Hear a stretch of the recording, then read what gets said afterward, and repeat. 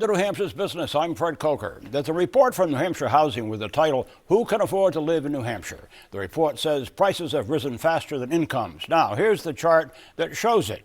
Median family income and home prices for single-family home 1998 to 2025. The thin blue line at the bottom of the chart is household income from 1998 to 2025, up slightly by 19%. The thin yellow line in the middle is the price for a single-family home in New Hampshire from 1998 to 2025 again, which grew 117%. So the median home price now is more than 5 times the median income. Now, the thick blue bars are U.S. recessions in those years. Now, take a look at this. The month's supply of inventory by property type 2009 to 2025. The top blue line represents inventory of all New Hampshire property types. The combination blue and yellow lines represent existing and new properties. All the lines reach a critical low in 2021 and are still low.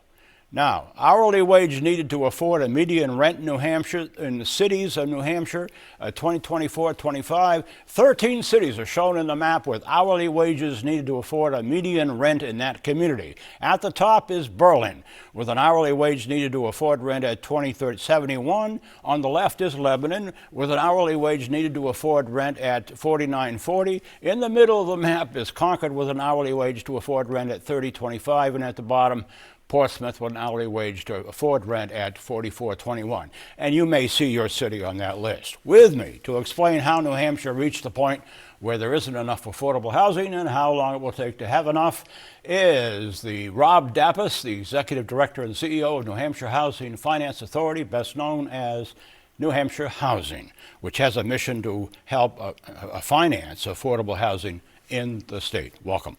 Thank you, Fred. Nice to have you here. There's a new report out, as you know, from New Hampshire Business and Economic Development that says New Hampshire is building homes at the fastest pace in 2 decades. It also says we're still short, and we'll be short into the 2030s.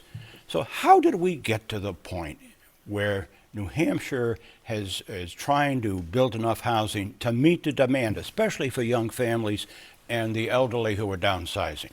Yeah, it's a great question, and there's a lot of factors, Fred, but I think 2 that I would point to is for a long time, we've just restricted the private market from meeting demand with excessive regulation, especially at the local level. Yep. And the other thing is demographics. You know, our population has not grown that much, but we have so many more households because there are so many more households of 1 or 2 people who are living by themselves. So there's some encouraging news in that BEA report, but I think it's important to keep it in context. Those are permits, not completions, and it lags by a few years. And so we know that what has happened with some of those projects is that they got permitted, and then as costs and rates increased, they didn't necessarily pencil out or break ground. Yeah. What has to be done in your agency, New Hampshire Housing, in the legislature, by developers? What has to be done to build more affordable housing? The word affordable is key these days, as you know.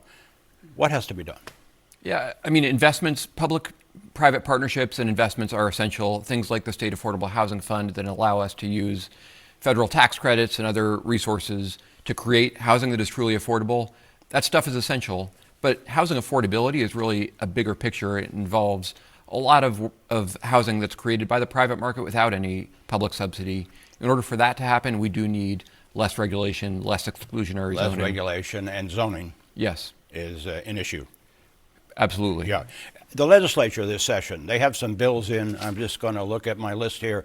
They have a bill that would tighten eviction rules, another bill to restrict accessory dwelling units, which was already approved by legislature. Is there anything positive on housing this session? Yeah, there's a good bill that would make it easier for the state to transfer surplus land for the purposes of building affordable housing. There are some good conversations happening, but those repeal bills, some of those bills that would roll back some of the good progress that's been made in the last few years, frankly, a little bit surprising and confusing. Yeah. Let me just make a note, and you can comment. New Hampshire Housing has a home ownership conference in Concord on March 18th in the morning at the Grapponi Conference Center from 8 to 12:30. What are you going to focus on, real quick? Homeownership affordability. We're going to have former HUD Deputy Secretary Pam Patenaude, who's a New Hampshire native, speaking, and it's going to be a great event. So I hope Rob people can join Dappas, Executive Director and CEO of New Hampshire Housing. Thank you. Thank you, Fred. And if you missed part of this briefing on housing, especially affordable, you can go to WMUR.com where it'll be posted all this week.